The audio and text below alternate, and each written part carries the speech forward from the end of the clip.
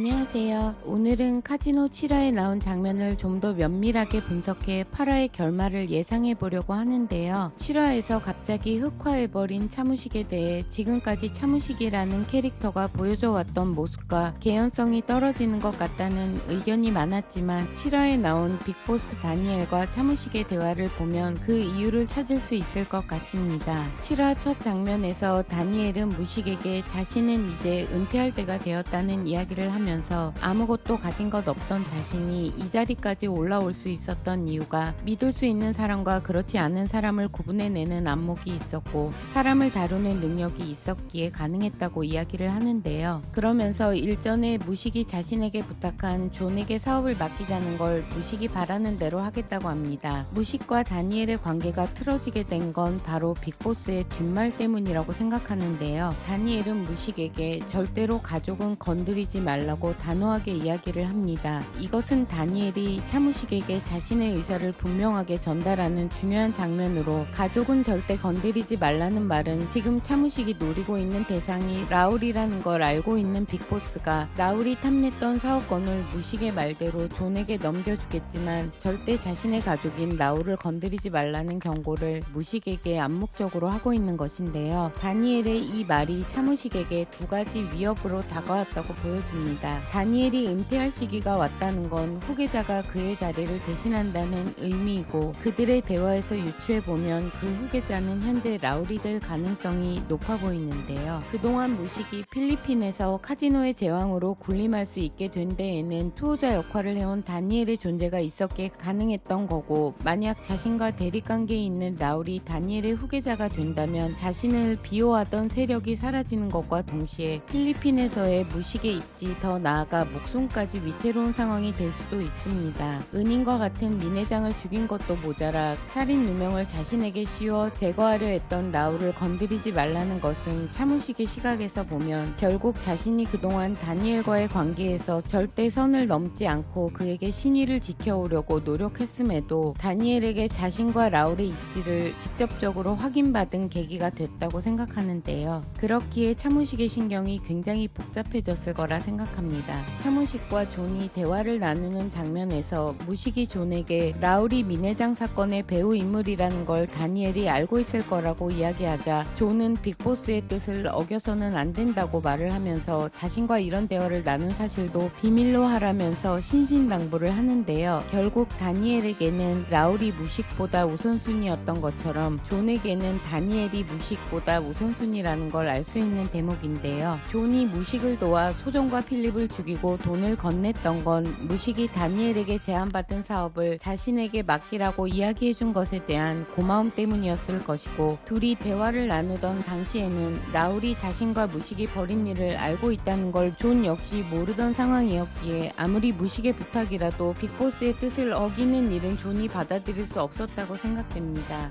이런 상황에서 무식이 빅보스를 배신하고 돈을 갈취했다는 사실을 라울이 알고 있자 그를 죽이는 것 외에는 선택권이 없었을 것 같습니다. 빅보스를 배신한 게 알려지면 어차피 차무식은 필리핀에서 쌓아온 모든 것을 잃게 되는 건 물론이고 목숨까지 위협받을 수 있는 상황이 올 수도 있습니다. 7화 제목이 죽느냐 사느냐인 것을 보면 결국 라울을 죽이고 차무식 자신이 살아남느냐 아니면 자신이 죽게 될 위험에 놓이느냐의 코너에 몰린 차무식의 선택은 한 가지밖에 없었다고 생각이 됩니다. 8화에서 차무식이 존에게 쫓기는 장면은 차무식이 라울을 죽였다는 걸 알게 된 빅보스가 자신의 말을 거스르고 가족을 건드린 차무식을 존을 시켜 잡아오라고 한 상황일 테고 아무리 차무식과 관계가 끈끈하게 얽혀있는 존이라도 다니엘이냐 차무식이냐 선택의 상황이라면 다니엘을 선택할 수밖에 없었을 겁니다. 카지노 시즌2 메인 예고편과 8화 예고편을 비교해 유추해보면 상구가 오승훈에게 전화로 차무식이 우리를 왜 거기서 만나자고 했는지 모른다고 이야기하는 장면이 나오는데요. 상구가 말하는 거기는 메인 예고편에 나온 성당이고 결국 차무식을 만나러 가는 상구와 정팔 그리고 체포영장을 들고 차무식을 잡으러 가는 오승훈 이렇게 네 사람이 성당에서 마주치게 된다는 설정입니다. 이 과정에서 총격전이 발생하게 되고 예고편을 보면 총을 쏘는 인물은 상구, 존, 오승훈 이렇게 세 사람입니다. 상구가 총을 쏘는 장면을 보면 뒤편에 십자가와 성모 마리아상이 보이는데 상구는 차무식을 잡으러 온 존과 총격 총격전을 벌이게 되어 스토리상 상구가 존에 의해 죽을 걸로 예상이 되는데요. 그 다음 장면에서 차무식을 막아서며 오승훈이 총을 쏘는 장면은 오승훈과 존과의 총격전으로 예상되며 성당에 잠입한 CIDG 요원들의 도움으로 존이 사살되면서 결과적으로 차무식만 목숨을 건질 것으로 보여집니다. 차무식은 소정과 필립의 죽음을 사주한 인물로 재판을 받겠지만 존이 죽고 정범을 찾지 못한 상황에서 소정과 필립의 여권과 사라진 90억이 무식의 금고에 있었다는 사실만으로 차무식이 살인교사를 했다는 직접적인 증거는 될 수 없기에 무식은 증거 불충분으로 풀려나게 될 것 같습니다. 결국 모든 것을 잃고 한국으로 돌아오는 모습을 마지막으로 시즌2는 일단 마무리될 것 같은데요. 시즌2를 통해 강윤성 감독이 시청자들에게 전하고자 했던 메시지는 결국 메인 예고편에 나왔던 권무 11홍이 아닐까 예상을 해보며 이상으로 파라 내피셜 영상 마치겠습니다. 더 좋은 의견 있으신 분들은 댓글로 남겨주시면 감사하겠습니다. 시청해주셔서 감사드립니다.